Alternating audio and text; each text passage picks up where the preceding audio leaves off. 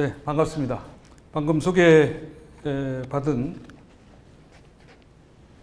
육동일 교수입니다. 이렇게 뵙게 돼서 반갑습니다. 저는 오늘 여러분들하고 지방자치와 분권이 우리 사회에 어떤 변화를 가져왔는가, 어떻게 우리가 좋아졌고 또 어떤 점에서 우리가 불만인가, 우리가 내년에 헌법 개정을 해야 되고 그 헌법 개정에는 지방자치와 분권을 준연방제 수준으로 이렇게 담아내겠다는 우리 문재인 대통령의 약속이 있었습니다. 그런데 과연 그것이 실현될 수 있을까? 헌법에 담지 않으면 보장되기가 어렵거든요. 그래서 그거를 담아야 되는데 어떤 내용을 담아야 되고 담은 내용에 대해서 우리 국민들이 동의를 해 주실까 하는 점에서 제가 조금 우려가 됩니다. 여기 계신 우리 광주는 늘 분권 문제에 관심이 많으셨고 또 우리 광산구청도 구청장님을 비롯해서 굉장히 선진적으로 지방자치를 지금 펼쳐나가고 있어요. 그래서 걱정을 덜 합니다만 우리 일반 국민들은 지방자치가 부활된 지 26년을 지금 보내고 있음에도 불구하고 지방자치에 대해서 갖는 인식이 그렇게 획기적으로 나아지질 않았습니다. 지방자치는 여전히 낭비적이고 비효율적이고 부패와 비리를 가져온다고 생각하는 국민들이 많습니다. 전국에 우리가 17개 광역자치단체 시도가 있고 226개 기초자치단체 시군구가 있는데 너무 많다고 생각하는 국민들이 다수를 이루고 있습니다. 지방의회가 너무 많다. 이렇게 많을 필요가 있겠느냐. 작은 땅덩어리에 가뜩이나 지금 못마땅한 지방의회가 너무 많다. 문을 닫자. 이런 생각을 많이들 갖고 있는 이런 현실에서 과연 지방자치와 분권을 우리가 강화해 나갈 수 있겠는가. 그런 점에서 제가 왜 지방자치가 필요한가는 지난 시간에 강의를 들으셨겠지만 실제로 경험적으로 우리가 지난 26년의 지방자치가 우리에게 어떤 영향을 줬는가를 우리가 제대로 객관적으로 봄으로써 지방자치가 우리가 더 강화해 가야 되겠다. 또는 지방자치가 이렇게 돼서야 곤란하지 않겠느냐라는 우리의 새로운 판단을, 평가를 해보는 것이 좋겠다는 생각입니다. 그리고 제가 광산구의 강의를 의뢰받고 그 후부터 광산구에 대해서 조금 관심 있게 들여다봤어요. 우리 광산구는 어떤 지금 변화를 겪고 있고 또 어떤 점에서 좋아졌고 어떤 점에서 숙제가 있는지 이런 것들을 지켜봤는데 다행히 우리 광산구는 며칠 전에도 신문에 났죠. 우리 광산구는 전국에서 6번째로 젊은 도시입니다. 243개, 기초만 따지면 226개의 시군구 중에서 6번째로 젊은 도시예요. 광주가 지금, 우리 호남이, 전남이 특히, 고령사회가 됐잖아요. 대한민국이 지금 늙어가고 있습니다. 전체 인구의 65세 인구의 노인 비율이 이제 14%를 넘어섰어요. 725만 명입니다. 우리 대한민국의 국민 5,100만 중에 725만 명이 65세 인구 이상이에요. 14%를 넘어섰기 때문에 고령사회가 됐어요. 전남은 21.4%로 초고령사회가 넘었습니다. 20%가 넘으면 초고령사회거든요. 17개 광역자치단체 중에 20%가 넘는 거는 전남이 유일합니다. 전남은 이렇게 늙어가고 있는데 다행히 물론 광주도 14%는 안 되죠. 한 11.3%인가 이렇게 해서 조금은 여유는 있습니다만 대한민국의 평균을 따라서 같이 고령화되어 가고 있고, 다행히 우리 광산이 아까 말씀드린 대로 광주가 지금 12.2%네요.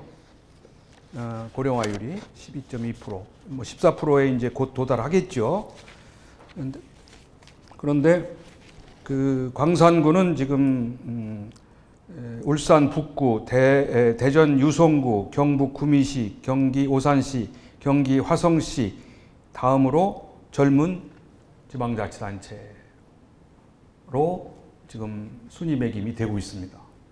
근데 대부분이 지금 수도권 내지는 한참 위쪽의 도시 지자체들인데 유일하게 지금 우리 영호남 중에서 유일하게 젊은 도시다. 그래서 다행입니다. 다행이고 활기가 있죠. 젊은 사람들이 있으니까. 지금은 우리가 지방 소멸, 그러니까 65세 인구 노인 비율과 20세에서 39세의 가임 여성 비율, 이걸 가지고 지방 소멸 지수를 우리가 기준으로 비교를 하는데, 그게 그 1.0이 안 되면 지방 소멸 위험지구고, 0.5가 안 되면 지방 소멸 처음이 위기고 그다음에 위험지구입니다. 근데 지금 우리나라가 0.5가 안 되는 그런 지역이 85곳이나 되기 때문에 곧 소멸된다. 지방이 소멸된다. 그리고 이제는 생산 가능 인구와 우리가 모셔야 될 노인 인구가 1대1이 되면은 이게 이제 목말 사회, 한 사람이 목말을 태워서 노인을 모셔야 되는 이런 목말 사회가 된다는 그런 이야기도 있을 정도로 지금 고령화가 심각하게 진행되고 있습니다.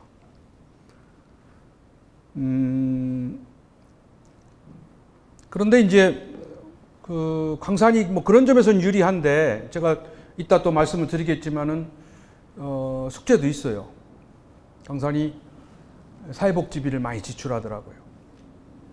그리고 재정 여건이 좋지 않습니다.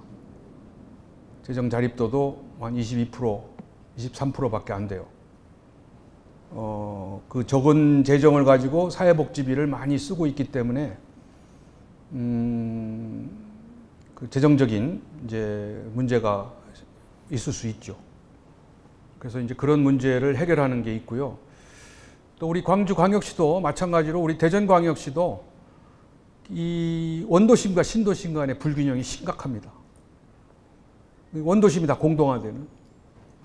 그래서 우리 이 문제를, 그러니까 우리가 광산구청의 구민만이 아니라 광주광역시의 시민이잖아요. 광주가 잘 돼야 광산이 잘 되는 거고, 광산이 잘 돼야 광주가 잘 되는, 구만 생각할 수는 없단 말이에요. 우리는 광역 시민이 더 우리에게는 더 중요하잖아요. 그래서 광주광역시가 광역 행정을 통해서 발전하기 위해서 광산구와의 광주시와의 관계가 잘 정립이 돼야 됩니다. 이제 그런 숙제들이 남아 있죠. 아무튼 뭐 그런 이야기들을 오늘 여러분들하고 좀 말씀을 나누고 싶습니다. 자, 그러면 몇 개 우리가 지금 지방자치나 분권을 하려고 하는 이유는 이 상상력과 창의력을 갖추기 위해서 그렇습니다. 앞으로의 우리가 맞이할 미래 사회는 상상력과 창의력이 경쟁력입니다. 그래서 이거를 높이기 위해서는 지방자치와 분권이 반드시 전제돼야 된다. 그런 차원에서 이런 광고들을 보면은 우리가 상상력과 창의력을 측정해 볼 수 있겠죠. 답을 먼저 보여드렸는데 이거는 무슨 광고일까요? 이거는 진공청소기 광고고요. 또 이거는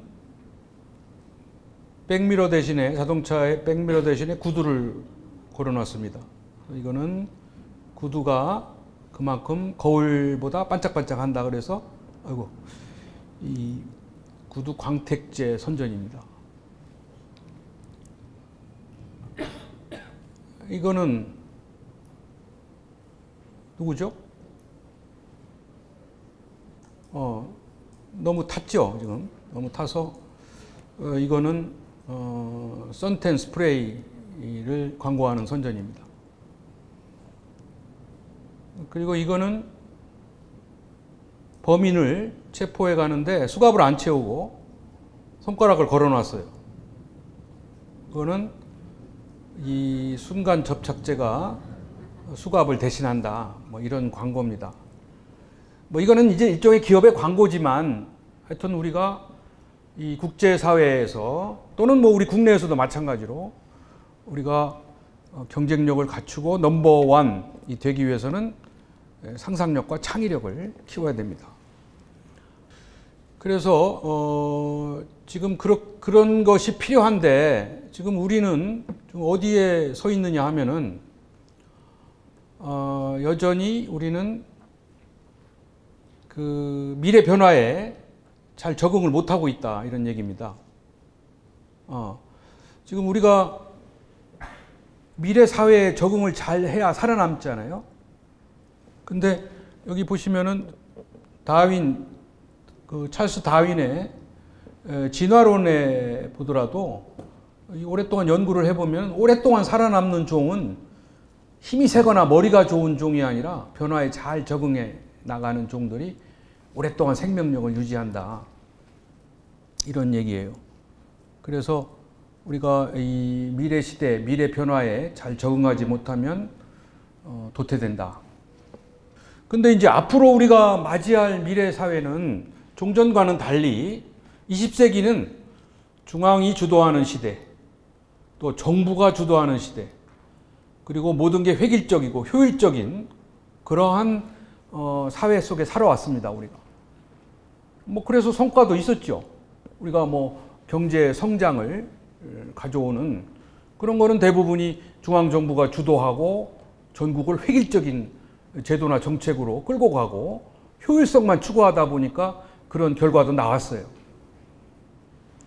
그러나 그 경제 성장은 그렇다고 해서 성장이 됐다고 해서 우리가 잘 살게 되고 행복함을 느끼고 또 그 민주주의가 확립된 건 아니잖아요. 그죠?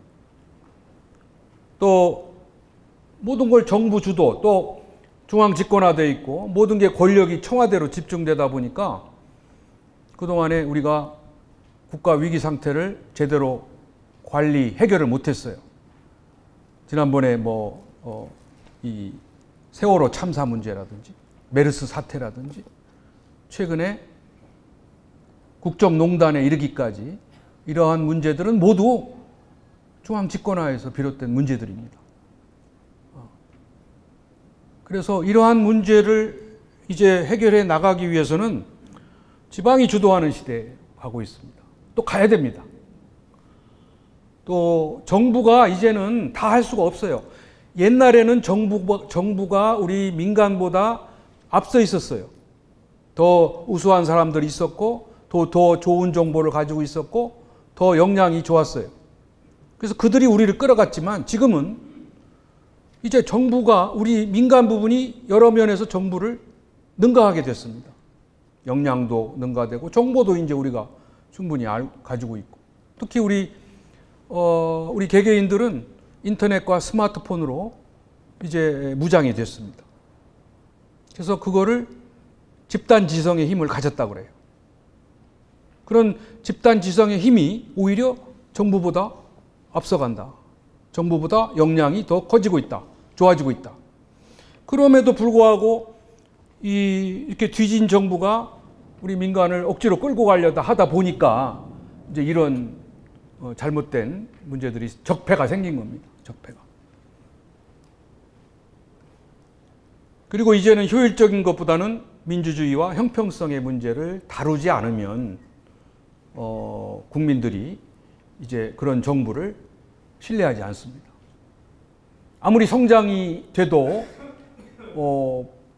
빈부격차가 심화되고 계층 간의 격차가 심화되면은 우리들의 불만과 그 정권에 대한 저항이 생기기 마련이죠. 그러니까 이 문제를 이제 풀어야 되는 그러한 시대로 간다. 그러한 시대로 가는데 이거는 중앙 집권이나 이런 거는 풀 수 없고 이제는 지방자치와 분권을 통해서 자율과 창의를 키워야 그게 새로운 변화에 적응하는 길이다 하는 거죠. 그래서 이제는 국가의 패러다임이 바뀌고 있습니다. 민간과 지방이 주도하는 그러한 사회고 정부와 중앙은 지원을 하는 우리가 앞서가야 우리가 주체적인 역할을 해야 돼요. 우리 지방이 또 우리 민간이 그리고 옛날에 주인이 됐던 정부와 중앙은 뒷받침해주고 지원해주고 조정해주는 역할로 바뀌어야 된다는 거죠. 그러나 우리의 현실은 그렇지 않습니다. 우리의 현실은 여전히 26년이 됐음에도 불구하고 우리 91년 지방의회 부활로 따지면 26년, 95년 민선자치로 따지면 지금 22년 청년이 됐죠. 이제는 우리가 덩치는 커졌는데 똑같은 옷을 입고 똑같은 행동을 하고 있단 말이에요. 미숙한 행동을 하고 있는 거죠. 덩치만 커졌지 우리의 생각과 행동은 아직도 어린애적인 행동을 하고 있는 거죠. 우리 지방이.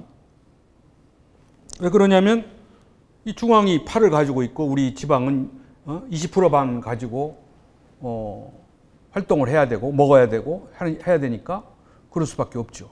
유아적인 행동을 할 수밖에 없습니다. 어떻게 보면 발달 장애를 앓고 있는 거죠. 우리 지방이.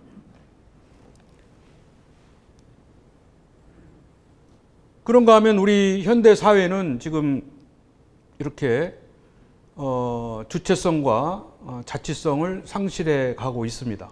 인간성이 상실이 되는 거죠. 옛날에는 우리 선조들은 까치도 귀하게 생각해서 까치밥을 남겨놓는다 이거죠. 우리가 안 따먹고 좀 남겨놔서 까치도 같이 이렇게 상생하는 그런 인간성을 가지고 있는데 다 이제 상실이 됐고 또 이렇게 콩도 나눠 먹는 공동체 의식이 있었는데 이것도 붕괴됐습니다. 그러니까 이거를 회복을 해야 돼요. 또 뭐 리더십도 그동안에 많은 문제가 있었는데 지금은 이제 새로운 리더십을 만들어 가고 있습니다. 여러분들이 지금 이 자리에 와 계신 거는 뭔가를 우리가 배우기 위해서 와 계십니다. 그런데 우리가 지방자치 시대에 이렇게 배운다 하는 것은 뭘 배워야 되느냐? 뭐 지식과 정보를 얻는 거를 우리가 대충 생각하지만 저는 배움의 근본적인 목적은 지식과 정보를 얻는 데 있는 것이 아니라 이 세 가지를 배우기 위해서 우리가 공부를 하는 겁니다. 삶에 대한 열정, 그리고 겸손한 태도, 사랑하는 마음, 이거를 갖기 위해서 우리가 배우는 거예요. 그러니까 우리가 평생 교육 시대, 죽을 때까지 배워야 돼요. 그 이유는 배움으로써 우리가 우리 삶을 보다 진지하고 보람 있는 삶을 추구하는 열정을 갖게 됩니다. 배워서 이걸 뭐 어디다 써먹고 뭐 돈 벌고 뭐 이거는 수단이고 더 궁극적인 목적은 여기에 있다. 그러니까 배우는 사람은 젊은 사람 젊어지죠. 열정을 가지니까 꿈이 있으니까. 두 번째는 우리 사람은 격이 있습니다. 사람마다 격이 있어요. 그 격을 나누는 기준은 외모가 아니라 교양입니다. 그래서 우리가 배움으로써 교양을 갖게 되고 교양을 갖게 되면 겸손해진다는 거죠. 배운 사람일수록 겸손할 수 있는 용기가 생깁니다. 배우지 않은 사람이 아는 척하고 잘난 척하죠. 배운 사람은 그럴 필요가 없습니다. 그 다음에 우리가 배워서 인간에 대한 사랑, 자연 진리에 대한 사랑, 그리고 지역에 대한 사랑. 그러니까 이런 사랑하는 마음이 없으면 뭐 배워서 뭐 좋은 직업을 가져도 행복하지가 않아요. 여기 공무원도 계신지 모르지만 공무원도 지역에 대한 사랑, 주민에 대한 사랑이 없으면 공무원이 재미없죠. 의미가 없죠. 보람이 없죠. 그러니까 우리가 이 사랑하는 마음을 가져야 행복해질 수 있다는 그런 말씀이고요. 여기에 다산 정약용 선생이 우리에게 많은 가르침을 줬는데 제가 제일 좋아하는 글귀 하나가 이겁니다. 자상자 인하지요 자아자 인상지다. 자기 자신을 자기가 스스로 높이려고 하면 남이 깎아내릴 것이고 자기를 낮추면 남이 높여줄 것이다. 겸손입니다. 겸손이에요. 근데 겸손은 그냥 저절로 생기는 게 아니라 배워야 생긴다 이거죠. 배워야. 배우고 알아야 생기는 거예요. 배우고 아는 사람은 모르면 모른다 그러죠. 근데 안 배운 사람은 모른다는 얘기를 안 해요. 자격지심에. 요즘에 내로남불이라는 말을 많이 하는데 일찍이 명심보 가면 이런 글이 있습니다. 남을 꾸짖을 때는 그 이전에 자기를 먼저 더 엄하게 꾸짖어야 되고 자기를 너그럽게 용서하려면 남을 먼저 용서해야 된다는 거죠. 근데 우리는 거꾸로죠. 자기한테는 관대하고 남에게는 엄격하고. 그러나 옛날 성현들은 우리에게 그거를 잘 지적을 일찍 해줬어요. 맹자의 가유삼성이라는 말이 있습니다. 집안이 잘 되려면 세 가지 소리가 크게 들려야 된다. 그래서 여기 해성이 어린아이 해자입니다. 어린아이 우는 소리가 크게 들려야 된다. 이게 출산율이거든요. 근데 지금은 지방이 소멸될 위기를 겪고 있는 지역에서는 어린아이 울음소리를 들은 지가 오래됐다. 그런 이야기를 많이 합니다. 옛날에 한때는 우리가 출산을 제한하고 덜 낳기 운동을 했지만 지금은 우리 대한민국이 가지고 있는 자원은 인구밖에 없어요. 잘 가르치고 잘 육성한 인적 자원이 우리가 가지고 있는 유일한 경쟁력이고 자산입니다. 근데 그게 없어지니까 우리가 이제 위기를 갖게 되는 거죠. 그래서 어린아이 우는 소리. 두 번째는 기성은 이게 배틀 기자입니다. 그래서 옛날에는 배틀을 짜서 가게를 꾸려가고 했으니까 경제를 말하는 거죠. 그래서 경제가 잘 돌아가야 된다. 배틀 짜는 소리가 크게 들려야. 그다음에 세 번째는 글을 읽는 소리, 독성. 이게 교육입니다. 교육을 잘 시켜야 그 집안이 번성한다. 글을 읽는 소리가 담 밖으로 크게 넘어가야 된다. 근데 이거는 집안만이 아니라 지역도 마찬가지예요. 지유삼성. 국가도 마찬가지입니다. 국유삼성. 우리 지역도, 우리 광산구도 지금은 뭐 조금은 여유가 있습니다만 어린아이를 인재를 잘 키워야 된다는 얘기예요. 인재를. 여기서 우리가 아이를 많이 낳고 여기서 우리가 잘 가르쳐서 인재를 육성해야 된다. 그게 발전이에요. 사람을 키우는 게 발전이지 광산구에 뭐 공장을 많이 들여오고 높은 빌딩을 진다고 해서 발전하는 게 아닙니다. 사람을 키워야 돼요. 인재도 키우지만 또 우리 여기 살고 있는 우리 모든 분들, 모든 인적 자원들을 잘 개발해서 적재적소에서 보람 있는 일을 하게끔 만들고 평생 학습을 통해서 아까 말씀드린 대로 열정과 교양과 사랑하는 마음을 가지고 살아갈 수 있도록 해주는 게 지역 발전의 궁극적인 목적입니다. 다행히 우리 광산구는 그런 비전을 가지고 있어요. 사람 중심에. 이제 다만 그런 비전과 구호가 얼마만큼 실현되고 현실화되느냐 하는 문제는 이제 우리가 해야 할 문제지만, 일단은 비전과 목표는 잘 정립이 돼 있고, 그 옛말에도 이런 지적을 하고 있는 겁니다. 여기까지만 말씀드릴게요. 우리가 배우는 거는 이렇게 잘 가르친다고 해서 잘 배우는 교육이 잘 되는 건 아닙니다.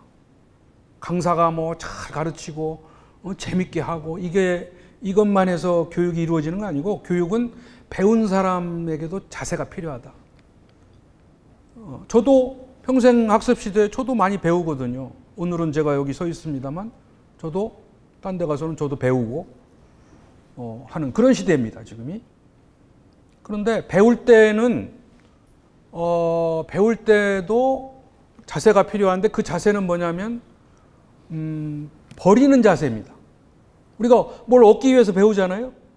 그러면 기존에 자기가 가지고 있는 고집, 편견, 이미 낡아버린 정보, 지식은 버려야 된다는 거예요. 근데 사람들은 한번 들어온 지식과 정보를 안 버리려고 그러죠. 끝까지 그걸 가지고 활용하려고 합니다. 그게 뭐가 되냐면 이제 고집, 편견, 고정관념이 되는 거예요. 그러니까 우리가 배울 때는 비워야 된다. 왜냐하면 지금 지식정보 사회에서는요, 홍보 시대, 홍수 시대에 살고 있습니다. 앞으로 10년 후에는 지금 유용한 지식의 절반만 유용하고 나머지는 다 쓸모없는 지식. 20년이 지나면 지금 지식의 2%만 유용하고 쓸모있고 나머지는 다 쓸모없는 지식과 정보가 돼요. 그렇게 빠르게 변하는데, 우리는 옛날에 얻은 지식과 정보를 끝까지 죽을 때까지 가지고 써먹으려고. 더 중요한 거는 우리의 이 사고 방식을 계속 안 바꾸고 가지고 있는 거죠. 고집이죠. 편견이죠. 그거를 빨리 바꿔야 된다. 빨리 버려야 된다. 그러니까 얻는 것만 교육이 아니라 버리는 게 더 어려운 교육이라는 겁니다. 우리는 항상 새로운 것만 좋아해요. 새로운 지식, 정보는 뭐 없을까? 누가 새로운 거, 아무도 모르는 거 얘기하면 좋아해요. 그런데 그거는 잠깐이고, 정말 버려야 될 것, 정말 바꿔야 될 거는 안 바꾸고 있는 거죠. 특히 우리 공직사회가 그렇습니다. 그래서 새로운 거를, 그리고 비워야 채워지는 거다고 말 있잖아요. 비워야 채워집니다. 그래서 비울 줄 비우는 용기가 필요하다. 지방자치는 이런 거예요. 이렇게 지방자치는 지역의 공적인 일을 우리가 스스로 처리하거나, 또 우리가 처리하기 어려우면 우리를 대신한 대표를 뽑아서 처리하는 게 지방자치예요. 그전에는 내 삶과 우리 지역, 우리들의 삶과 관련된 결정을 다른 데서 했단 말이에요. 중앙에서 하고. 그냥 우리는 거기서 결정된 거를 시키는 데 따라가는 삶을 살아왔죠. 그러니까 이거는 의미 있는 삶이 아니죠. 그렇죠? 이게 우리가 산다는 거는 주체성이 있어야 의미 있는 삶이 되는 건, 남이 시키는 대로 살면 그건 내 삶이 아니잖아요. 그러면 책임도 없어요. 내가 책임질 필요도 없어요. 그냥 수동적인 삶, 타율적인 삶이 되는 거죠. 지금 우리나라가 지금 그런 점에서 불안한 겁니다.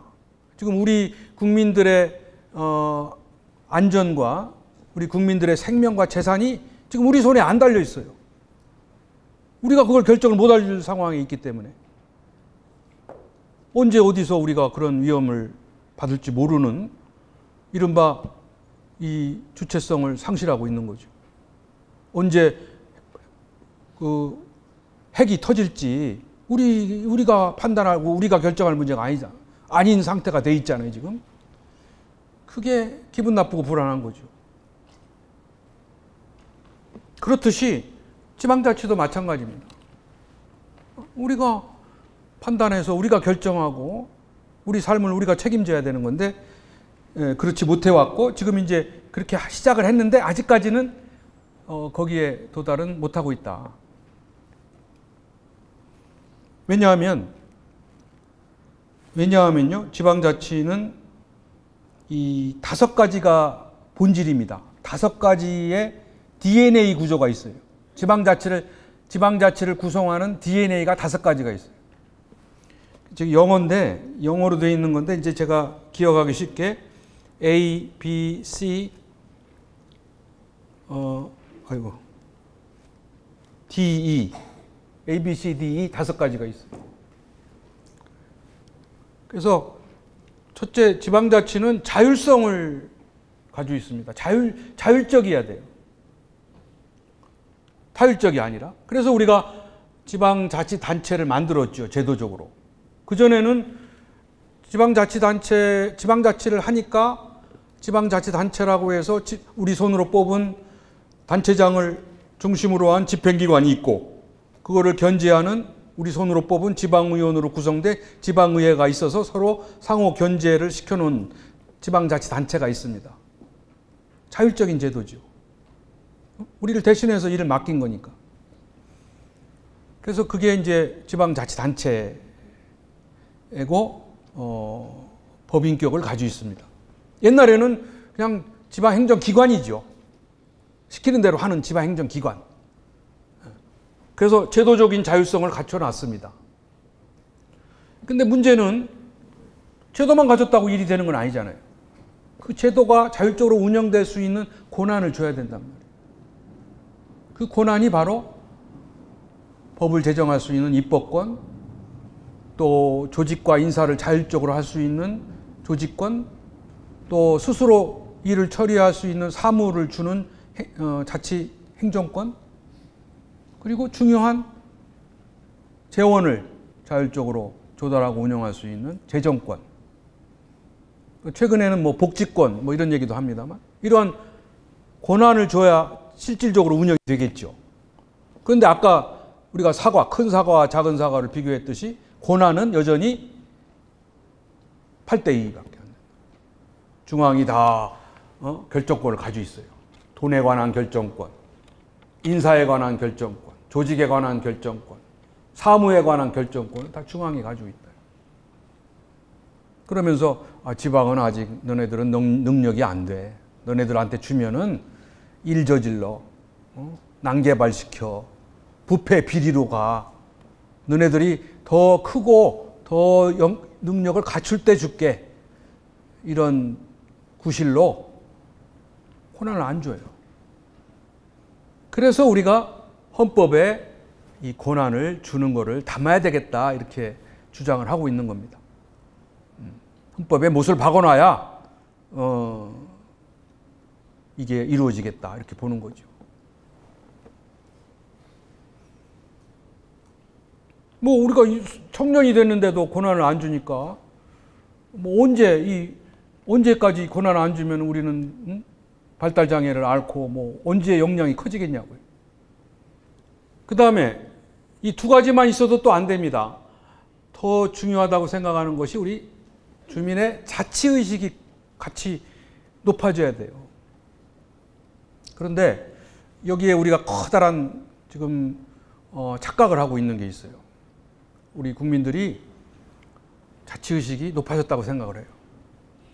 지방자치를 하니까 우리 자치의식도 같이 높아졌다. 이렇게 우리가 약간 착각을 하고 있습니다.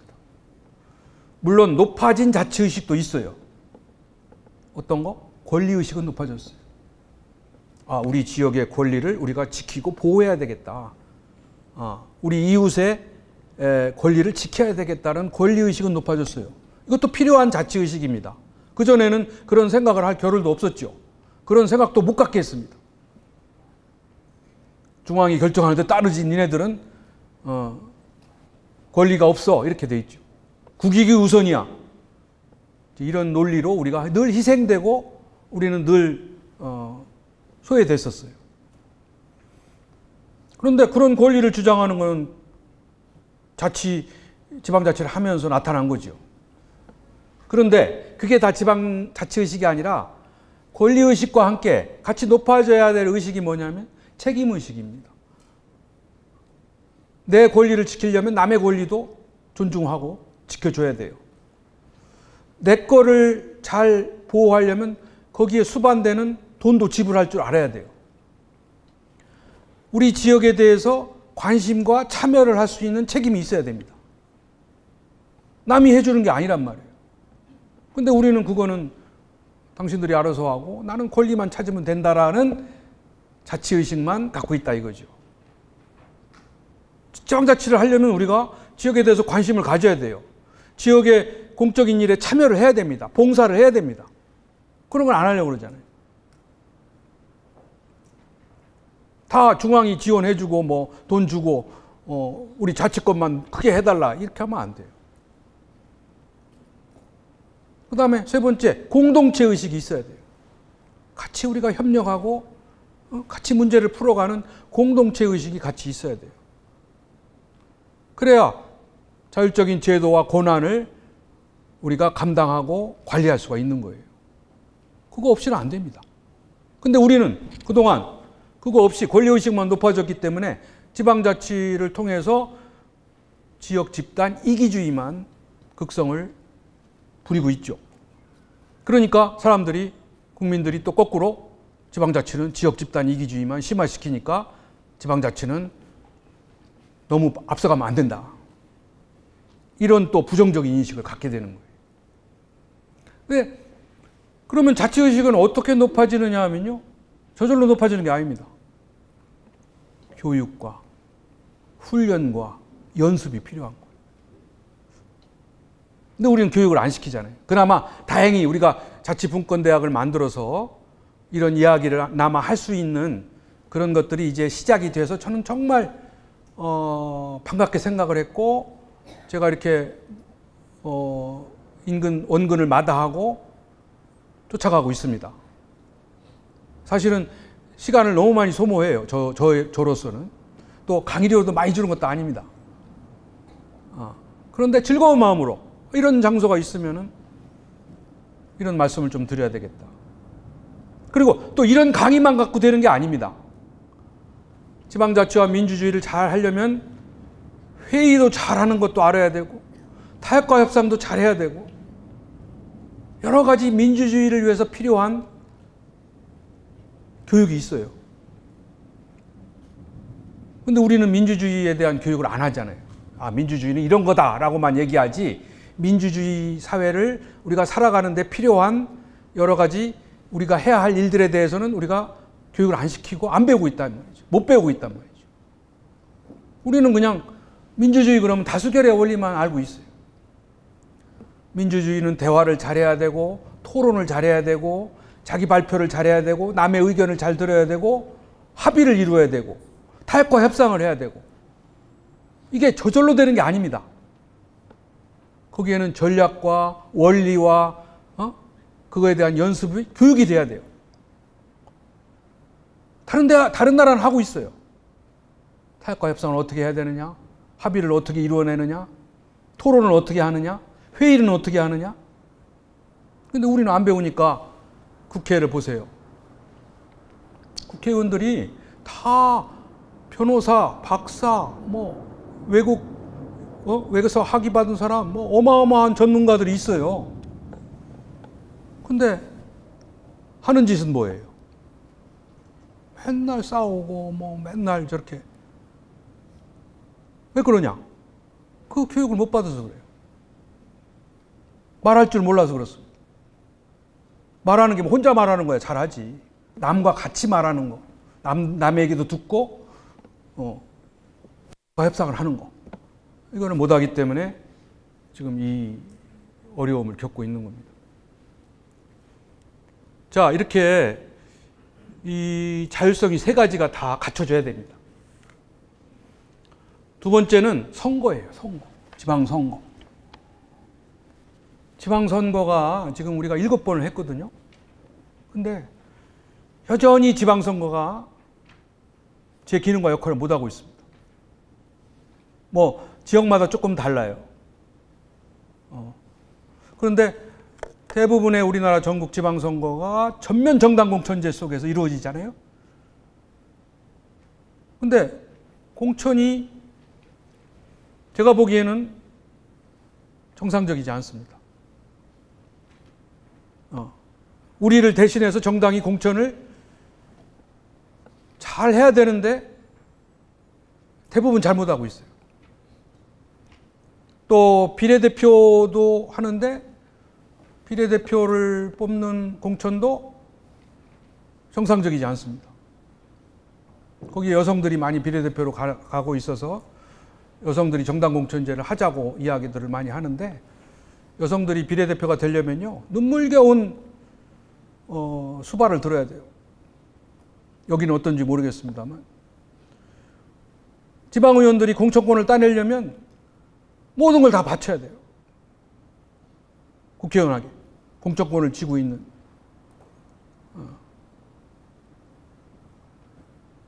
정말 그렇게 수족같이 만들어 놓은 이 제도 속에서 제대로 된 공천을 할 수가 없습니다. 또 뭐 지금은 모르겠습니다만 일부 영호남 지역에는 그동안 일당 독점 구조였잖아요. 그렇죠? 우리 냉정하게 생각합시다. 뭐 여기 최근에는 뭐 이제 뭐 국민의당도 생기고 해서 좀 경쟁도 됐지만 일당 독점을 하다 보니까 정당 공천 폐해가 있는 거 알면서도 정당 공천이 더 낫다고 지방의원들이 생각하는 사람이 많아요. 그게 돈이 덜 든다. 공천 헌금 내고 공천 받는 게 그냥 선거하는 것보다 돈이 덜 든다는 거예요. 그래서 공천 헌금 주고 공천 받는 게 낫다. 이렇게 이야기할 정도로 우리나라의 지방선거가 굉장히 왜곡되어 있습니다. 또 경쟁이 심한 곳은 더 하고요. 우리 대전, 충청은 뭐 이랬다 저랬다 뭐 막 당이 뒤바뀌고 하니까 공천권을 가지고 뭐 별 일들이 다 일어나고 있어요. 그리고 정당이 공천하는 것까지는 또 어쩔 수 없다 하더라도 정당은 책임 정당 역할을 하겠다고 공천권을 갖고 있어요. 근데 우리나라 정당의 수명이 44개월밖에 안 됩니다. 평균. 4년이 안 돼요. 그러니까 정당 공천을 해서 우리가 표를 줬어요. 4년 후에 잘하고 못한 걸 따져서 우리가 표를 다시 주느냐 마느냐를 고민하는데 그 정당은 없어진 거예요. 아니면 이름을 바꿔달았든지. 그게 어떻게 책임 정당이 되겠어요? 그리고 정당이 공천을 잘못해가지고 우리가 그 사람이 부패 비리로 중도 하차해서 재보궐선거를 할 때 그 돈은 또 우리 주민들이 내는 거예요. 선거 비용은. 정당은 아무 관계가 없습니다. 정당은 또 공천해요. 그 선거 비용을 왜 우리가 내야 돼요? 잘못한 정당이 내야지. 정당 책임 공천제를 해야 될 거 아니에요. 그리고 문제가 있는 곳에서는 그 정당은 공천을 하지 못하게 해야죠. 그래서 저는 그동안에 정당 공천제 좋다. 정당이 굳이 그거를 놓기 싫으면 책임 정당 공천제를 해라. 잘못된 공천에 대해 책임을 져라. 또 잘못된 공천에 의해서 부득이 하게 될 재보궐선거의 비용은 정당이 되라. 그러면 하자. 근데 그것도 안 하잖아요. 그리고 우리 또 유권자들은 늘 선거 때만 되면 또 정당이 또 뭐, 이렇게. 그러면 우리는 또 가서 정당 본위에 투표를 합니다. 일자 투표를 해요. 심지어 정당 공천과 상관없는 교육관까지 어느 칸에 들어가느냐에 따라서 표가 결정이 된다는, 당락이 결정이 된다는 그런 사례도 있습니다. 그래서 이 지방선거가 바뀌지 않으면 지방자치를 제대로 하기 어렵다. 그 핵심에는 정당 공천제가 있다. 정당 공천제는 국회의원들의 특권입니다. 우리 대한민국의 지방자치가 살아나려면 국회의원의 특권을 줄여야 돼요.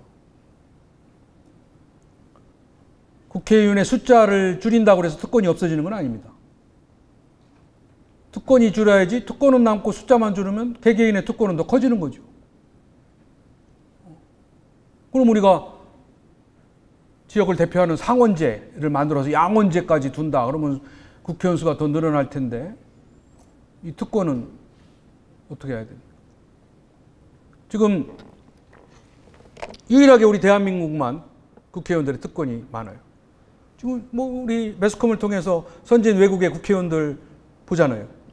그들은 특권이 없습니다. 우리랑 똑같이 버스 타고 자전거 타고 여관에서 자고 보좌관도 없이 근무를 해요. 그들이 갖고 있는 특권이 있다면 그거는 그 나라 국민들의 존경과 신뢰, 그 존경과 신뢰를 받는 특권을 갖기 위해서 다른 모든 것을 내려놓고 봉사하는 거예요. 우리가 그 길로 가지 않으면 지방자치가 잘 될 수 없죠. 지금 우리나라 지방자치는 정당에 종속이 되어 있어요. 정당에 의한, 정당을 위한, 주민에 의한, 주민을 위한 지방자치가 돼야 되는데 정당에 의한, 정당을 위한 지방자치가 여전히 되어 있다는 거죠. 세 번째는요, 경쟁과 협력을 해야 됩니다. 우리 중앙과 지방 간에도 경쟁을 해야 되고, 지방과 지방 간에도 경쟁을 해야 되고, 한 자치단체 내에서도 집행기관과 의결기관 간에 경쟁을 해야 돼요. 근데, 그러니까 말하자면 우리가 집행기관과 지방의회 간에 약간의 긴장과 갈등이 있어야 돼요. 너무 한통속이 되면 안 됩니다. 너무 거수기가 되면 안 돼요. 어떤 영혼함에서는 어떤 분들은 아이 뭐 좀 우리가 야당도 되고 좀 했으면 좋겠다 이런 얘기하는 사람도 있어요. 너무 한통속이다. 그러니까 경쟁이 없어지는 거죠. 그래서 경쟁을 하다 보면 갈등이 생기죠. 근데 이 갈등을 우리가 죄악시할 필요는 없습니다. 갈등이라는 것은 선도 아니고 악도 아니에요. 갈등은 잘 풀면 변화와 쇄신이 되는 거고, 갈등을 잘 풀지 못하면 퇴보와 와해가 되는 거죠. 그러니까 갈등이라는 것을 우리가 잘 풀 줄 알아야 지방자치와 민주주의를 발전시킬 수 있는 성과를 내는 거예요. 갈등이 없는 게 중요한 게 아니라 일어난 갈등을 우리가 잘 관리하고 잘 해결해 나가는 게 중요합니다. 근데 그거는 우리가 할 줄 몰라요. 갈등은 나쁜 거니까 안 나오게만 지하에 그냥 꽉꽉 눌러만 놓으면 되는 걸로 생각을 하죠. 나중에 폭발하면 감당이 안 되는 겁니다. 그러니까 우리가 지방자치를 통해서 갈등의 문제를 우리가 해결해 나가는 그러한 자세와 의식과 문화, 그런 역량을 키워나가야 된다. 그리고 두 번째는 협력입니다. 지금 우리나라 지방자치의 큰 문제점이 하나가 자치단체 간에 협력을 하지 않는다는 거예요. 자치단체마다 국경보다 더 높은 벽을 쌓고 소통과 협력을 안 해요. 그러니까 이 자기 자치단체 속에 축제도 따로 해야 되고 행사 다 따로 해야 되고 모든 체육시설 갖다 놔야 되고 복지시설 다 갖다 놔야 돼요. 이게 얼마나 낭비와 비효율이 심한 거예요. 이게 지방자치가 아닙니다. 어떻게 우리가 인위적인 행정구역, 특히 구라고 하는 거는 우리가 광주광역시에 편의로 자른 게 구지 무슨 뭐 대단한 역사성이나 문화성이 있는 게 아니잖아요. 인위적으로 잘라놓은 거에 불과한 건데 그걸 또 귀하게 생각해서 국경보다 더 높이 담을 쌓고 협력하지 않으면 차이니 돈이 많이 들지요. 그러고 정치, 교육, 환경, 경제가 어디 그 행정구역 속에서만 일어납니까? 교통. 협력해서 크게 가야죠.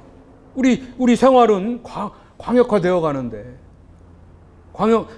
광주광역시 전체를 봐야 되고 또 광주광역시를 넘어서서도 봐야 되는데 우리는 항상 그 틀에 갇혀 있는 거예요. 그 안에서만 쪼물락쪼물락 정치, 경제도 거기서만 계획 짜고 교통도 거기서만 계획 짜고 이렇게 하고 있는 거죠. 거기서만 축제하고. 그리고 뭐 광주는 또 한 당이니까 상관없지만 우리 충청도는 또 광역시장과 구청장이 정당 배경이 다르면 맨날 으르렁 싸움. 우리 구의 지하철 노선을 우리 구로 좀 지나가게 해달라. 이거 갖고 맨날 싸우는 거예요. 지금 외국은 국경을 초월해서까지도 자치단체 간에 협력을 하는데 우리는 우리 좁은 이 행정구역 속에 갇혀가지고 협력을 안 한다 이거죠. 그래서 빨리 우리가 행정구역을 털지 않으면 지방자치는 잘못하면은 엄청난 낭비와 비효율이 될 수 있죠. 그런 지방자치는 하지 말아야죠. 그리고 그런 지방자치를 우리 국민들, 주민들이 좋게 평가를 안 한다 이겁니다.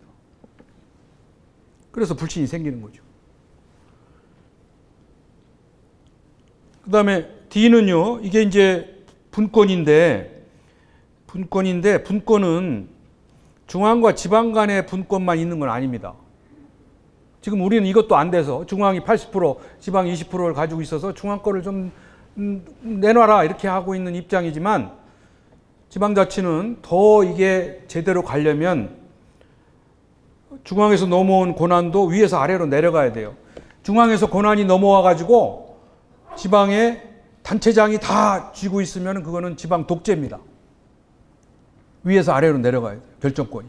내려가야 주민들이 가까이서 참여할 수 있고 접근할 수 있죠. 근데 지금 우리도 거기까지는 안 가고 있습니다. 그냥 지방만 내려오면 되는 걸로 생각을 하죠. 그리고 한 걸음 더 나가면은 이거는 중앙과 지방 정부 이거는 위에서 관관끼리 얘기예요. 관 속에서 얘기고. 근데 이거는 관의 결정권이 민으로 내려가야 돼요. 그래야 주민자치가 되는 겁니다. 그래야 주민자치회가 의미가 있는 거예요.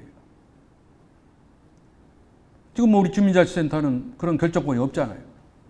그냥 문화, 체육, 취미, 우리 지역의 문제를 우리가 결정하는 권한을 가지고 일하는 게 아니잖아요. 주민자치회를 만들어서 잘 하려면, 주민자치가 되려면 관의 결정권을 민으로 내려보내야 된다. 이거를 우리가 이제 앞으로 가야 될 길이다.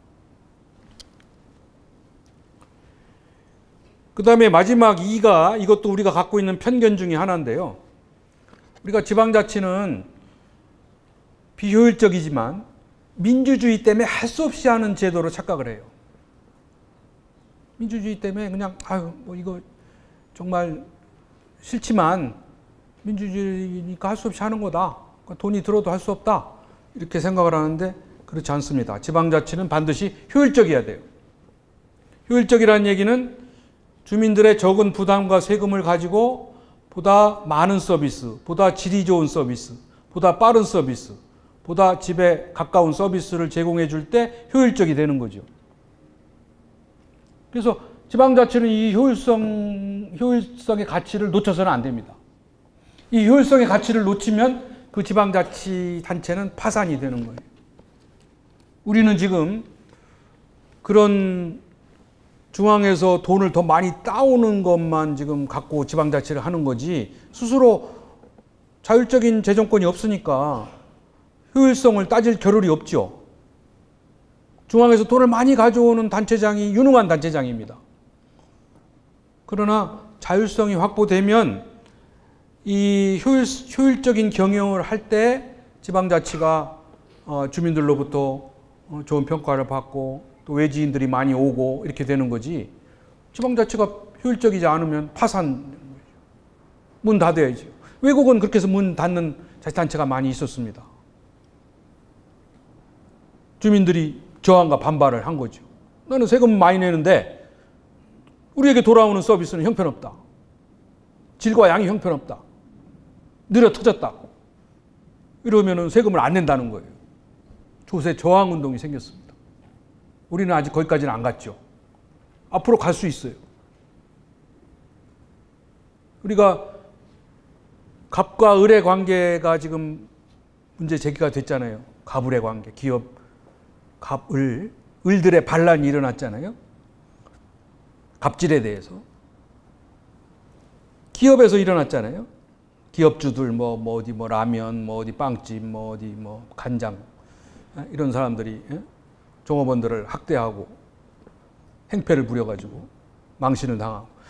옛날에는 그건 뭐 비일비재한 일인데도 옛날에는 그냥 하나의 해프닝이었지 이렇게 사회 문제가 될 줄은 몰랐죠. 근데 지금은 그게 을들이 힘이 세졌단 말이에요. 을들이. 왜? 왜 힘이 세졌느냐? 을들이 옛날에는 다 이렇게 개개인별로 파편화돼 가지고 힘이 뭉쳐지지가 않았지만 이제는 을들이 하나의 공간에 뭉쳐집니다. 어디로? 사이버 공간에 뭉쳐지는 거예요.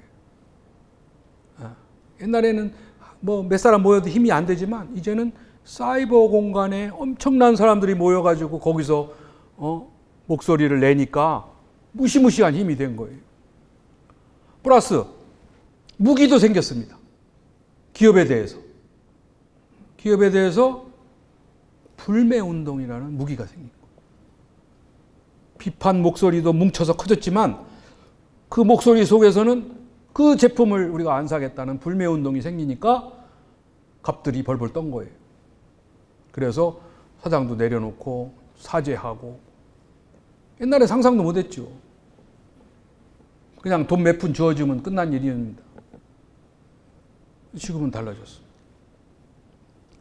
기업이 그렇듯이 정부도 그동안 갑질을 많이 했는데 이것도 이제는 저항과 반발이 생긴다. 정부가 제대로 서비스를 제공해 주지 않으면 우리 납세자들이, 우리 유권자들이 사이버 공간에 모여가지고 항의, 비판을 하는 거예요. 그리고 외국에서는 거기에 무기가 장착이 됐는데 그 무기가 바로 조세저항입니다. 조세저항. 우리 세금 안 내겠다. 그러니까 상상지 못할 일들이 생긴 거죠. 노조 아무 소용 없어요. 노조도 무력화되는 거예요. 세금 안 내니까 쫓겨나고 해고되고 시장 구속되고 또 지방자치단체의 한 국은 팔려나가고 민간 기업에 이런 일들이 지금 뭐 일본, 미국에서 생기고 있습니다. 그거는 효율적이지 못했기 때문에 그런 거예요. 효율적이지 못했기 때문에. 방만하게 복지비만 지출하고 방만한 사업 일으켜가지고 손해보고 무리한 그 시설 유치하고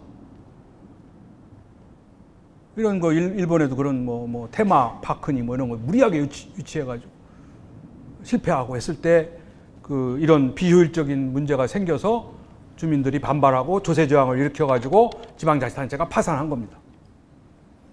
그러니까 지방자치는 민주주의만 추구하여서 이루어지는 게 아니라 효율성을 중요시하지 않으면 실패한다. 그래서 제가 5가지 A, B, C, D, E 이게 지방자치의 DNA이고 본질이다. 이걸 가지고 지방자치를 우리가 추구하고 평가해야 된다.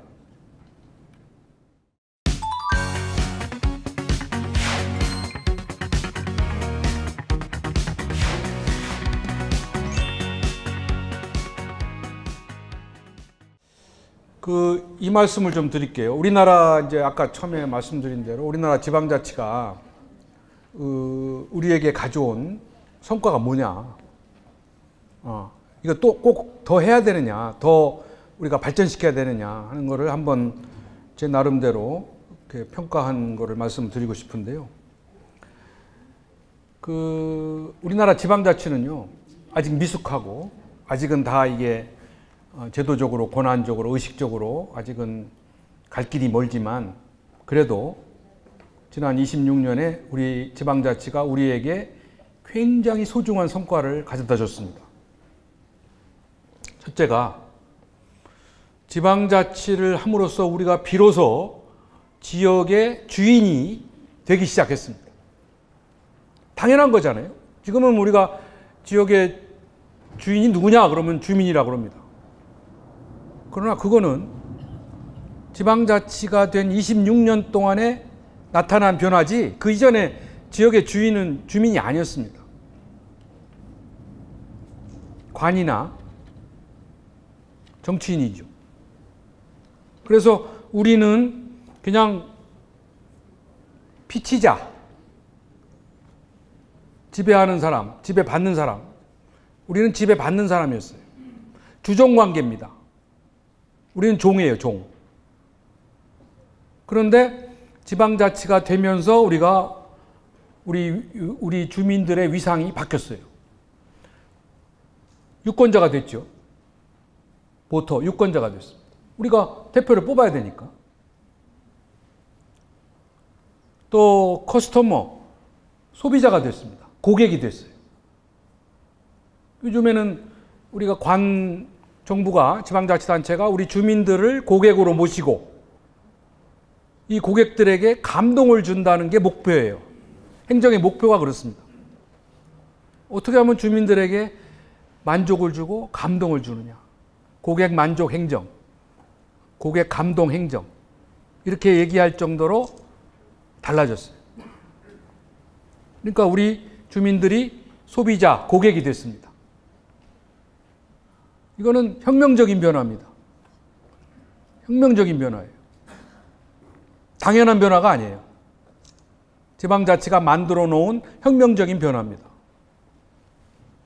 옛날에 이렇게 우리가 관청에 와서 이렇게 쾌적하게 교육하고 여유 있는 마음을 갖는 그런 시절은 26년 전에는 없었어요.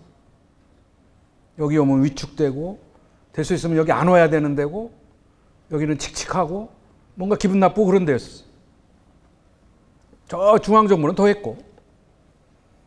그런데 지금은 우리가 교육도 하고 와서 뭐 자문도 받고, 또 때로는 우리가 와서 호통도 치고 그렇게 됐습니다. 그게 바로 커스터머가 돼서 그런 거예요. 또 심지어는 파트너도 됐습니다. 이제는 관이 민과 같이 파트너가 돼서 일하지 않으면 성공할 수 없어요. 파트너십을 발휘를 해야 돼요. 그리고 이게 오너가 돼 가는 거죠. 그렇게 지방자치를 통해서 우리가 피치자, 피지배자에서 유권자, 고객, 파트너, 주인이 되어가는 이 위상의 변화가 지방자치를 하지 않고서는 나타날 수 없는 변화입니다. 그래서 우리가 결국은 이러한 26년의 위상의 변화가 어떤 성과를 냈느냐 하면은 대한민국의 주권은 국민에게 있고 모든 권력은 국민으로부터 나온다는 주권의식이 만들어진 거예요. 그게 급기야 잘못된 국정에 우리가 촛불을 들고 우리가 비판해서 정권을 심판을 한 이유, 이 원동력이 된 겁니다. 그러니까 이거는 굉장한 성과죠. 이 민주주의라는 게 말이에요. 경제가 성장이 된다고 해서 민주주의가 저절로 되는 게 아니고, 이러한 주인의식, 이러한 민주주의에 대한 회복과 이런 거를 외칠 수 있는 민주의식이 있어야 이루어지는 거잖아요. 저쪽 북아프리카도 지난 10여 년 전에 민주주의 혁명이 일어났어요. 튀니지, 리비아, 이집트 이런 나라들이 자스민 혁명이라는 민주주의 혁명이 일어났어요.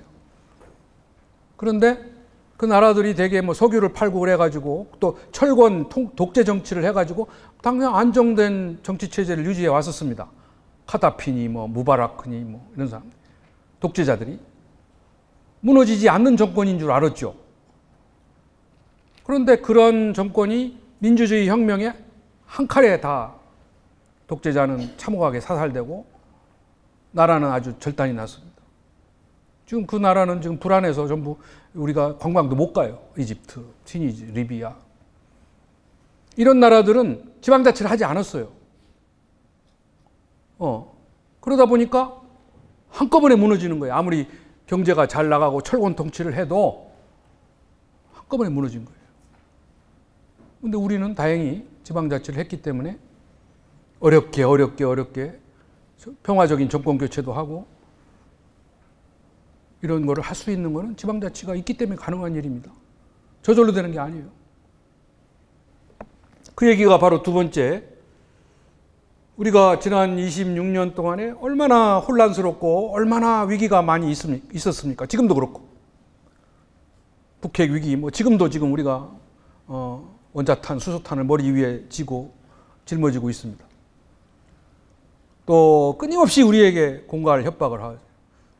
천안함 침몰, 연평도 포격, 목함 지뢰함, 지금 최근에 이제 북핵 미사일, 끊임없이 우리에게 공갈 협박을 하고. 근데 우리가 조금 안보 불감증도 있지만 의연하게 대처를 하고 있어요. 나름대로. 그 다음에 우리가 정치적으로 얼마나 혼란스러웠습니까? 대통령 자살, 대통령 탄핵, 구속. 이건 전대미문의 정치적 사건들이고, 이제 그런 사건들 외국에는 경험도 못 해본 일들이에요. 지금 그런 상황을 중국이나 대만이나 이런 나라들이 다 주시하고 있습니다. 자기네들의 미래예요. 중국도 잘 나가는 것 같죠? 중국도 민주주의에 이제 혁명이 일어나면 저기도 어떻게 와야 될지 몰라요. 지금은 민주주의를 안 하고 있기 때문에 경제 성장으로 지금은 유지하고 있지만 경제가 성장이 되면 반드시 민주주의에 대한 요구가 생겨요. 지난번에도 한번 천안문 사태 때 그 요구를 묵살을 하고 땡크로 짓눌렀잖아요. 근데 지금은 부자들도 생기고 중산층도 생기고 빈부격차도 커지고 부패 비리도 심화되고 퇴폐 향락화되고 하니까 체제에 대한 반발이 생긴다고요. 그리고 돈 번 사람들이 내 돈을 지키고 싶은 정당을 갖고 싶어 하죠. 그러니까 민주주의에 대한 요구는 더 커질 수밖에 없고, 그 요구가 커지면 혼란스러워진다 이거죠. 그러면 우리 같은 일을 겪게 돼 있습니다. 우리가 앞서서 겪는 거예요. 지금. 대만도 대통령도 구속시키고 다 했거든요. 그때 다 우리나라 와서 배워갔습니다. 대통령을 구속시킬 때는 옷을 어떻게 입히고 감방을 어떻게 만들고 어떤 절차를 거쳐서 집어넣느냐를 다 보고 배우고 갔어요. 그대로 했습니다. 천수이벤 이런 사람들 구속될 때 우리랑 똑같이 했어요. 중국도 안 그런 척하면서 다 배우고 있어요. 지금 자기네들이 갈 길이에요. 그만큼 우리나라가 다이나믹하지요. 그런데 정말 불안불안하지만 잘 헤쳐나가고 있습니다. 제가 보기. 근데 그렇게 할 수 있었던 게 운 좋게도 지방자치를 그나마 했기 때문에 우리가 그런 와중에도 평화적 정권교체라는 정치 발전을 이룬 거예요. 대단한 일입니다. 다른 나라는 다 총칼을 들고 독재자를 죽이고 사회가 극심한 혼란에 빠졌는데도 우리는 그래도 희생 총칼 안 들고 투표를 통해서 평화적 정권 교체를 한 거예요. 여야 간에 그것도. 이거는 대단한 정치 발전이죠. 그렇게 할 수 있었던 건 우리 지방자치를 통해서 안정되게 유지됐기 때문에 그렇다. 왜냐하면 우리가 좀 못마땅하고 좀 기대에 미치지 못하더라도 임기가 보장된 단체장도 뽑아놨고, 또 제대로 역할을 아직은 못하지만 지방의회 의원들 뽑아서 의회로 구성해서 견제시키고, 이러한 나름대로의 지방 정국을 안정시킬 수 있는 제도를 우리가 하고 있기 때문에 중앙 정국의 혼란과 불안을 최소화시키는 겁니다. 만일 대통령이 임명된 단체장을 전부 우리가 그동안 가지고 있었다면 대통령이 망가지면 다 망가지는 거예요. 그러면 할 수 있는 건 두 가지입니다. 첫째, 무정부 상태거나, 둘째, 군사혁명 나는 거죠. 군부 쿠데타 나는 거죠. 비상계엄 선포하고 그렇게 안정을 찾지 어떡합니까? 아니면 무정부 상태가 되든지. 근데 우리는 다행히 중앙정국의 그런 불안도 우리 지방은 그래도 우리가 뽑은 대표를 중심으로 해서 우리가 우리 일상을 꾸려나갈 수 있는 지역사회의 안정을 갖고 있었던 거죠. 이거는 지방자치 하지 않으면 안 되는 일이에요. 그래서 이 두 가지만 보더라도 우리가 지방자치를 하는 이유가, 존재 이유가 성립이 된다. 그래서 지방자치를 하는 겁니다. 다소 돈이 들 때도 있고 또 좀 낭비적인 것도 있지만 체제가 와야 되는 더 큰 낭비와 더 큰 혼란을 미연에 막는 거예요. 이론적으로도 지방자치는 중앙의 불안과 혼란을 차단하거나 최소화하는 거예요. 그런 제도적 장치입니다. 그래서 이제 우리가 지방자치는 우리 삶에 우리가 체감하고 있지 못해요. 우리가 아직 그거에 대해서는 당연한 걸로 생각을 하고 이 지방자치에 대한 그 중요성과 필요성을 우리가 체감하지 못해요. 다만 지방자치가 이렇게 지금 지방선거가 왜곡되어 있고 정당 공천제가 아직은 정상이 아니고 또 낭비적이고 협력을 안 하니까 낭비적이고 또 전국이 똑같이 획일적인 제도를 여전히 하고 있고 또 우리 자치의식이 미흡하고 뭐 이런 문제들로 인해서 또 부패 비리가 심하다 이렇게 또 중앙 언론이나 이런 데서 지방자치를 편매하고 부정적으로 보기 때문에 우리 스스로가 이 지방자치에 대한 소중한 거를 우리가 망각하고 지방자치는 잘못된 것, 너무 부작용이 많은 것으로 이렇게 큰 오해를 하고 있죠.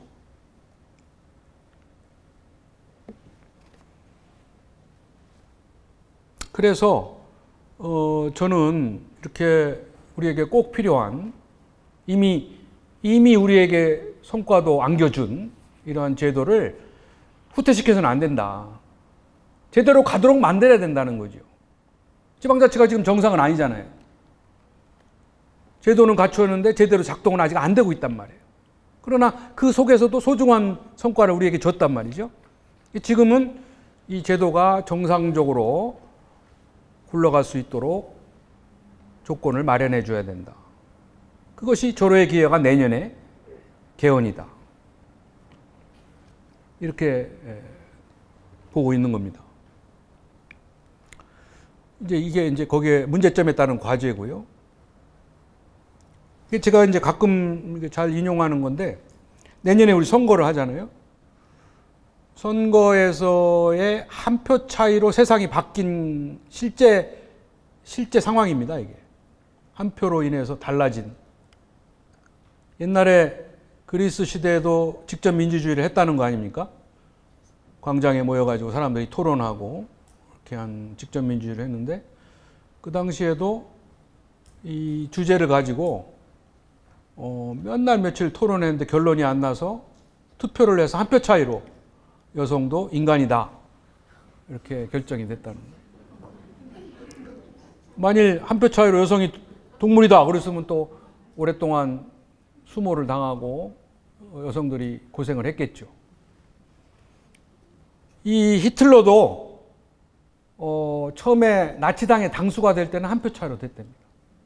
나중에 이제 총통이 될 때는 국민투표를 했는데 처음에 당수가 될 때 한 표 차로 돼서 이제 총통이 되는 근거가 됐고 또 이걸로 인해서 이 결과로 인해서 2차 대전 참혹한 2차 대전과 600만 명의 유태인이 학살된 거죠. 한 표로. 이렇게 그 한 표가 세계사를 바꾼 사례입니다. 실제 사례입니다. 아까 미래를 잘못 예측하면은 살아남지 못한다는 얘기를 했잖아요. 이것도 역사적으로 미래를 잘못 예측해가지고 망한 사례입니다. 실패한 사례. 전화도 벨이 발명했을 때는 이거를 대량 생산하자고 이 회사에 건의를 했는데 전화는 이 통신수단이 되는 데는 어렵다. 그래서 거절을 했어요. 나중에 이제 벨이라는 회사를 만들어가지고 이제 성공을 했지만 이 회사는 망했죠. TV도 처음 나왔을 때는 당시 이 회사가 TV를 우습게 본 거예요. 이건 조금 있으면 없어질 거다. 그러나 TV는 지금 우리의 중요한 생활 수단이잖아요. 비행기도 요새는 비행기가 중요한 전략 자산이잖아요. 국방에 있어서. 근데 처음에 이런 프랑스 1차 대전의 프랑스 사령관은 비행기는 군사적 가치가 없다. 장난감에 불과하다. 이렇게 예측하는 바람에 프랑스는 패전했고 참혹한 결과를 낳았죠. 그 지도자의 잘못된 예측이 가져온 재앙입니다. 퍼스널 컴퓨터도 77년 얘기예요. 퍼스널 컴퓨터도 처음에는 이게 실제로 이렇게 우리에게 가까이 다가올 줄 몰랐죠. 그래서 제 당시 최첨단 회사인 이 회사도 잘못 오판하는 바람에 망했습니다. 그러니까 미래를 잘못 예측하면은 살아남지 못한다. 경쟁력을 갖지 못한다. 그래서 우리가 살아온 20세기와 지금 살아갈 21세기는 이렇게 극단적으로 나눠보면 이렇게 달라진다는 거죠. 옛날에는 슈퍼맨을 필요로 한 시대였지만 지금은 아바타의 시대로 간다. 그러니까 우리가 늘 대통령은 슈퍼맨이기를 바랬잖아요. 그러나 뽑고 나면은 아니고 뽑고 나면 아니고 실망하고. 그런 슈퍼맨은 이제 없고 슈퍼맨이 돼서도 안 됩니다. 대통령이. 자치단체장이. 이제는 같이 소통하고 참여하고 친화적으로 같이 풀어야지 우리보다 뛰어난 슈퍼맨이 우리를 끌어가는 시대는 이제 없어요. 그런 사람이 있지도 않고. 그리고 이제는 넘버원, 베스트원보다는 온리원, 퍼스트원. 아까 처음에 모두에 말씀드렸죠. 창의와 상상력.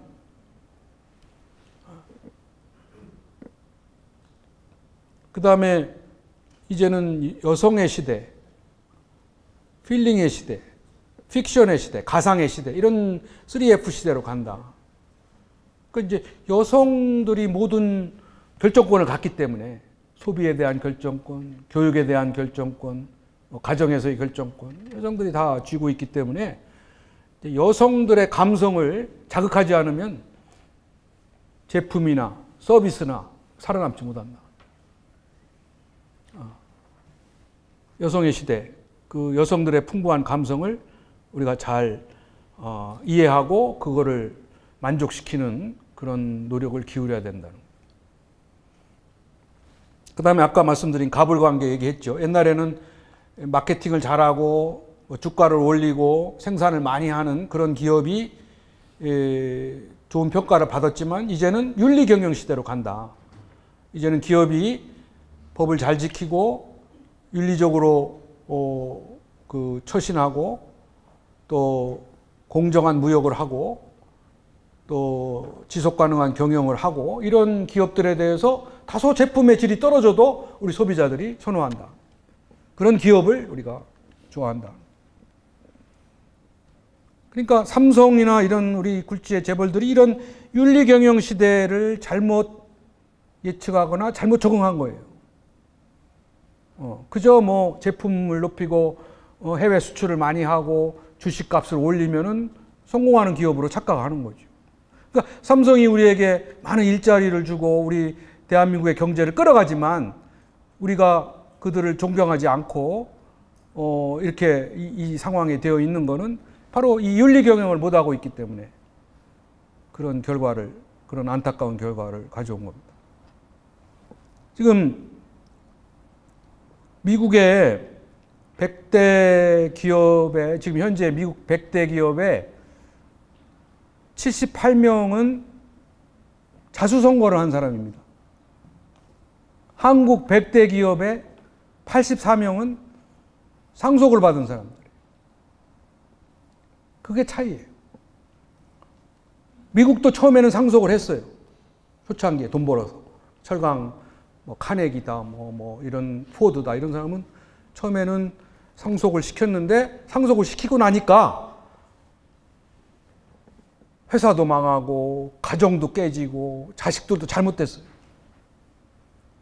그래서 이게 다가 아니구나. 거를 깨닫고 돈을 많이 물려준다고 자식이 잘 되는 게 아니구나. 그래서 사회에 환원하고, 그래서 사회에 환원해야 기업이 지속 가능한 기업이 되고 존경과 신뢰를 받는구나. 또 자식들도 돈 갖고 안 싸우는구나. 이렇게 깨닫게 된 거예요. 그래서 쟤네들이 뭐 90% 사회 환원하고 하는 이유가 거기에 있는 겁니다. 우리가 뭐 이해가 안 가죠. 99% 사회 환원한다. 아이들에게는 뭐 20년 후에 조금만 남겨준다. 이런 거를 우리가 생각할 때는 전혀 이해 못 했는데 그 사람들이 오랜 경험을 통해서 터득한 지혜입니다. 근데 우리는 여전히 아직도 뭐 어떻게든지 탈세, 뭐 어떻게든지 뭐 불법을 저질러서라도 상속을 시키려고 무리한 일을 하다 보니까 기업도 위기를 맞게 되고 2세, 3세도 잘못되고 이렇게 되는 거예요. 이게 윤리경영시대 이 패턴에 반하는 겁니다. 자, 여기 이제 아까 뭐 근데 이게 이제 우리나라가 이제 시간이 없어서 다 말씀을 못 드리는데 이제 글로벌화 시대에 우리나라가 조금 여러 가지 문제가 많이 좀 생겨나고 있어요. 아직 3만 불로 못 갔죠. 경쟁력은 떨어지는데 이런 거는 다 1위란 말이에요. 자살률, 저출산율, 이혼율, 뭐 성형률, 뭐 낙태율 이런 건 다 세계 1위입니다.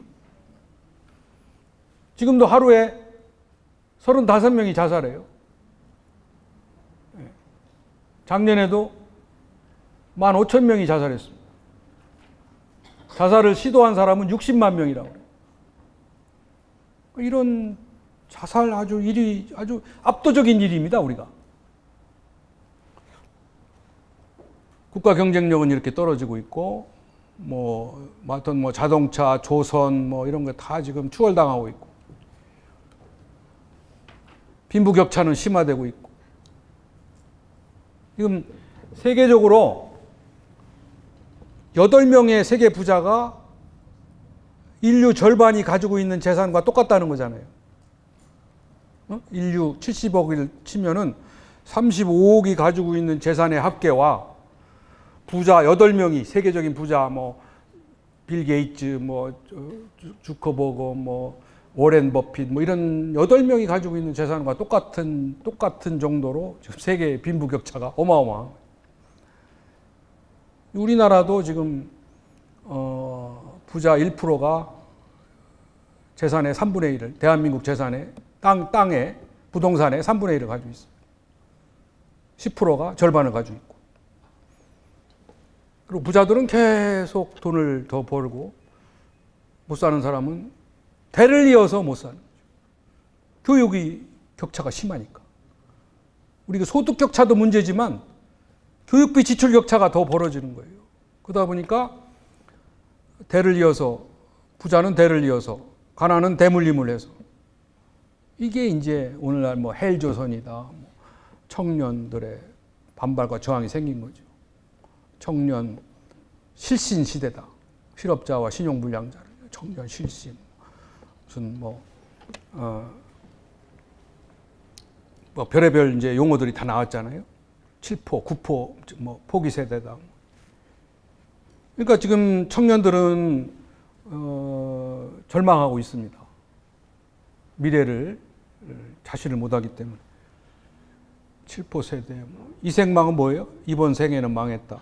청년 백수 전성시대다. 31살은 절망이다.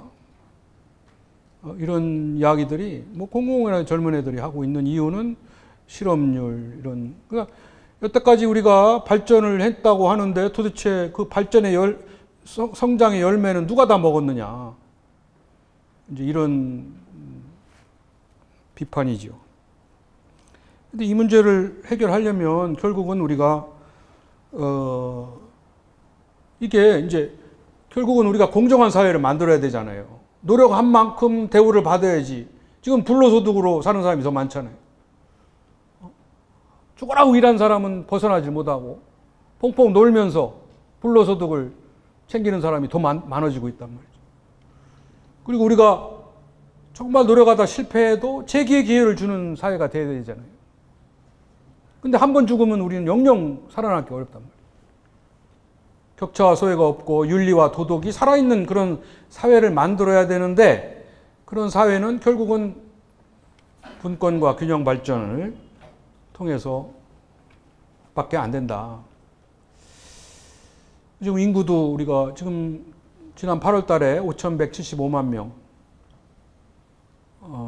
이었고요.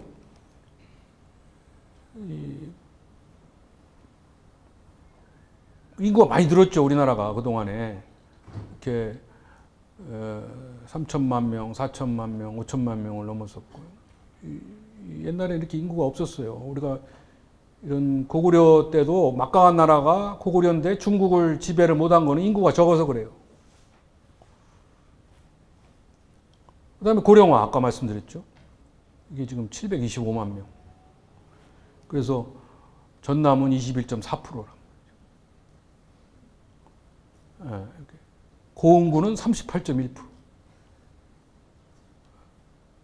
이런 데는 59.3%.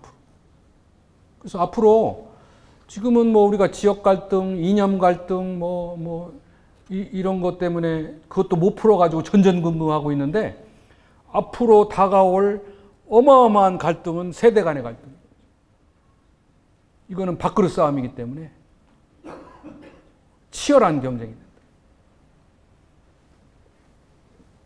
그러니까 갈등 문제를 풀지 못하면 우리가, 대한민국이 살아남기 어렵다. 이게 이제 아까 얘기한 이게 7%가 된 해, 14%가 될 해인데 이미 돼버렸고, 18년에 될 줄 알았더니 17년에 돼버렸고. 이제 외국은 이렇게 7%에서 14%, 20%로 가는데 150년쯤 걸린단 말이에요. 이렇게. 미국은 100년. 그러니까 고령화 속도를 서서히 하면서 대응하고 조치를 취할 수 있는 여유가 있는데, 그거를 획기적으로 단축시킨 게 일본입니다. 일본은 이미 70년에 7%, 94년에 14%, 2006년에 이미 20%를 넘어선 초고령 사회예요, 일본은. 국가 전체가. 근데 이 기간이 그래도 36년이 걸린 거예요. 150년을 단축해서 36년 만에 세계 신기록을 가지고 있었는데, 우리가 그것도 깨버리는 거죠. 그것도 성에 안 차가지고 26년, 25년이 될지 24년이 될지 모르겠습니다. 그러니까 뭐 겨를도 없이 이렇게 빨리 가는 거도 모르면서 가는 거예요. 준비도 없이, 대책도 없이. 뭐 그냥 출산 장려금이나 주면 해결될 줄 알고 있죠. 근데 이제 우리 고령화는 지금 82.2세입니다, 우리가. 전체 평균이. 여성이 7살, 남자보다 7살 더 많이 살고요. 우리가 북한보다 우리가 12살 더 살아요. 그러니까 이렇게 고령화되고, 이 저출산되고, 심각하죠. 뭐 이런 나라는, 이런 나라는 지금 아직도 7명, 6명 이렇게 낳았는데 우리는 세계 최하입니다. 이것도 좀 잘 나갈 때 얘기고. 우리 광산구가 지금 인구가 41만, 현재 41만 3,900명 정도니까 양호하죠. 좀. 41만. 41만. 그리고 이렇게 그 65세 인구가 아까 말씀드린 대로 지금 얼마 안 돼, 아직 10%가 안 되죠, 그죠? 8.19%니까. 14%에 비해서는 아직은 젊은 도시. 그래서 아까 전국 6위의 젊은 도시입니다. 이거를 그냥 당연한 걸로 생각하면 안 되고, 그러니까 중요한 거는 이 젊은 사람들의 일자리, 젊은 사람들에게 어떻게 교육을 시켜서 인재를 양성하느냐, 교육을 잘 시키느냐, 이 문제에 광산구가 치중을 해야 된다는 거죠. 외주로 유출되지 않게 더 좋은 교육을 찾아서, 더 좋은 일자리를 찾아서 나가지 않도록 해야 된다는 얘기죠. 그게 숙제예요.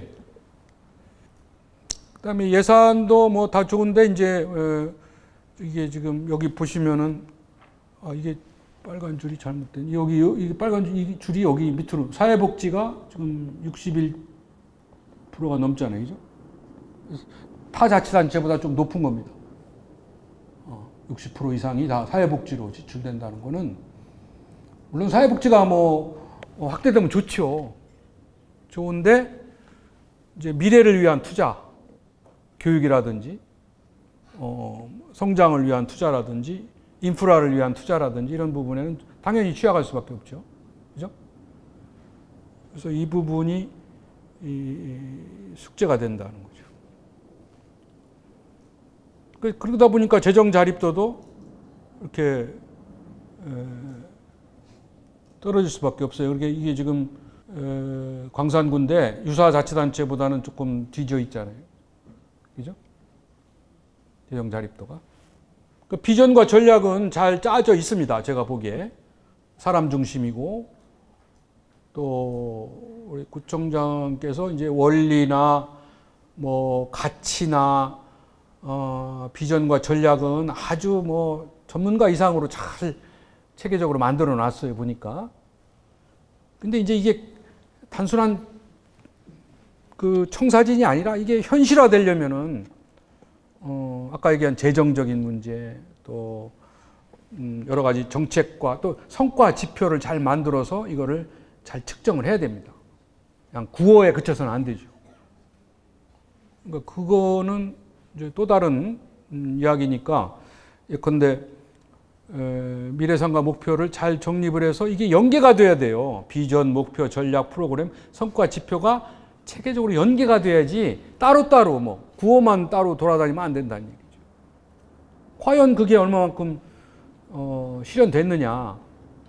근데 다행히 광산구청은 그 홈피를 잘 만들어 놔가지고 전과 후도 비교하고 이렇게 성과도 이렇게 좀 개량화 시키고 하긴 했어요. 근데 이제 조금 더 많은 보완이 필요하다는 생각을 가졌습니다. 그리고 이렇게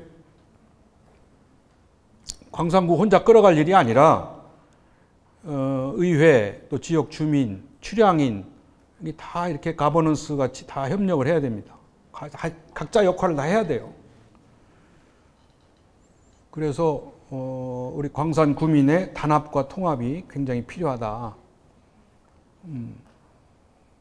생각이 들었고요. 그래서 지자체가 중심이 돼서 이걸 이 네트워크를 잘 만들어야 된다. 지역 발전을 위해서는. 또 우리 주민자치를 잘 해야 되고 시민의식을 제고시켜야 되고 또 아까 말씀드렸죠. 자원봉사가 활성화돼야 됩니다. 자원봉사가 지방자치와 현대행정에서 굉장히 중요해요. 자원봉사가 재정 문제도 해결해 주지만 서비스의 질도 높여줘요. 공무원들을 암만 교육시켜서 내보내도 자원봉사의 서비스를 따라갈 수가 없습니다.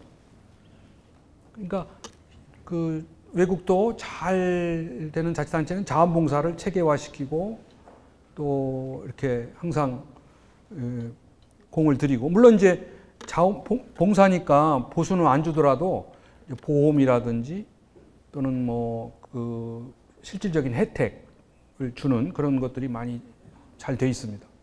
그러니까 자원봉사를 안 하면 행세를 못 해요. 그 다음에 자치단체 간에 협력을 해야 된다는 얘기 말씀드렸고, 또 우리 공무원들이 자치 역량을 강화해 나가야 됩니다. 중앙 공무원들한테 빌미를 안 주려면 자치 역량을 꾸준히 강화시켜 나가야 된다.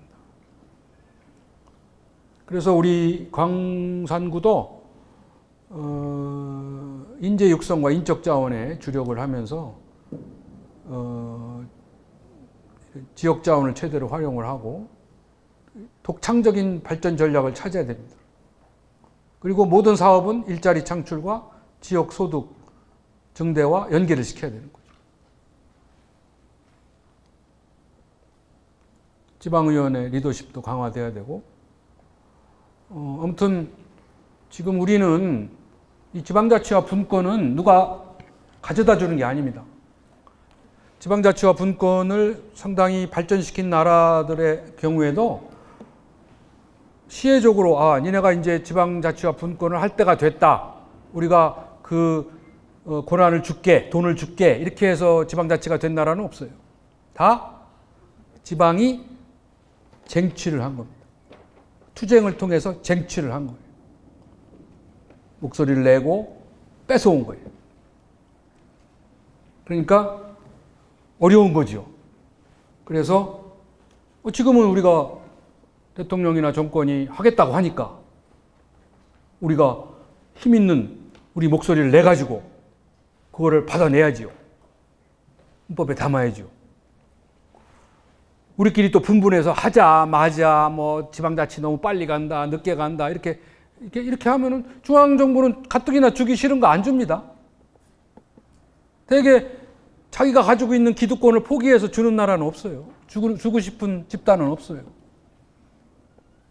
그러니까 우리 지역 주민들이 깨어있는 의식으로 똘똘 뭉쳐야 된다. 지역 언론이 괜히 지방자치를 자꾸 부정적으로 보도하고 평가하는 것에서 벗어나서 중앙 언론에 놀아나면 안 된다. 지방자치가 살아야 지역 언론이 사는 겁니다. 중앙 언론은요, 지방자치가 안 되길 바라요. 지방자치가 되면 지역의 시장을 뺏기는 거거든요. 지금 우리도 지방신문이 안 되는 거는 다 우리 관심과 정보와 우리 생각은 다 중앙에 있기 때문에 그런 거예요. 여의도에 있고 중앙에 있고 거기에서 나오는 정보가 우리에게 더 소중하고 더 우리를 영향을 주지 지방에서 나오는 정보는 별로 가치가 영향력이 없단 말이에요. 지방자치가 이렇게 잘 안 될 때는. 그러나 지방자치가 잘 되면 지방자치에서 나오는 정보를 얻고 싶어하고 관심을 갖게 되잖아요. 그러니까 중앙 언론은 기존 시장을 뺏기지 않기 위해서 지방자치가 잘 안 되길 바라는 거죠. 그런데 우리 지방 언론은 그런 것도 모르고 중앙 언론에서 하는 얘기를 그대로 써서 같이 지방자치를 같이 폄훼하는 그런 역할을 자기 무덤을 자기가 파는 거죠.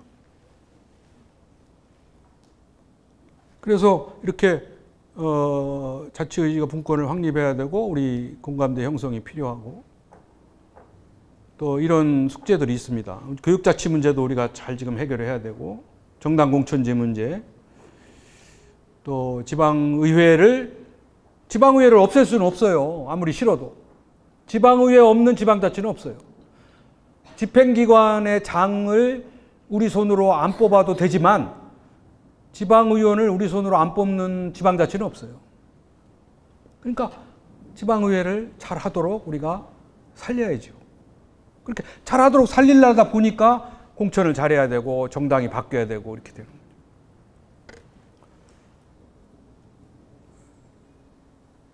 거예요. 네, 그러니까 지역 발전은 뭐 정치인이나 뭐 이런 사람이 아니라 교수도 역할을 할 수 있고 평범한 소녀도 지역 발전을 위해서 이러한 역할을 할 수 있어요. 그러니까 누구나 다 역할을 하고 참여를 해야 됩니다.